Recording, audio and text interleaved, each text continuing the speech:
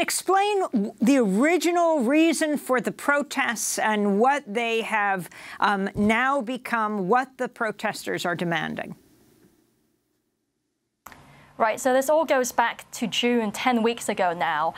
All of this really started when an extradition bill put forward by the Hong Kong government, which would have allowed citizens to be extradited to mainland China to face charges where they don't have any guarantees of a fair trial and where the rule of law is not is not assured. So that really took people out onto the streets to protest against this. But in the weeks since, that has really evolved. The demands have evolved to include much broader demands, including setting up an independent commission to look into police misconduct, broader democracy, so harking back to the umbrella movement of 2014, and just more generally government accountability. A lot of the anger now is directed against the police.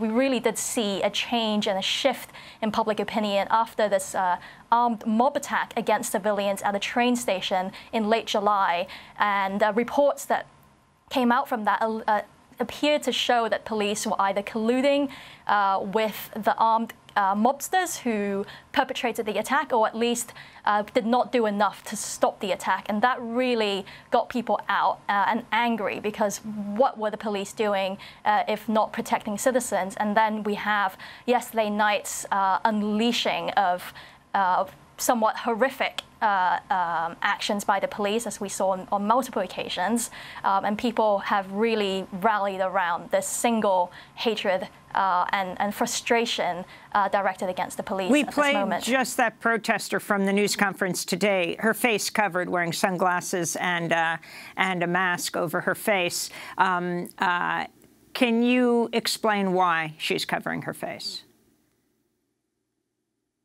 A lot of people are afraid of being identified. A lot of these rallies have not gained a letter of permission from the police and hence are technically illegal.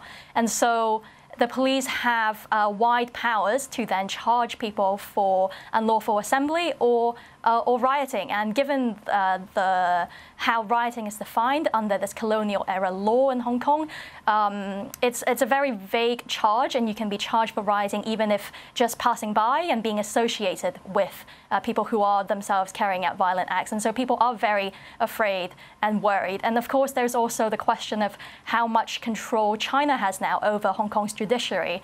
Hong Kong has long prided itself on an independent judiciary where the rule of law is watertight and solid and held up to international standards. But I think more and more people are worried, and rightly so, that the rule of law perhaps is being chipped away and a more authoritarian way of doing things is being brought in to the city.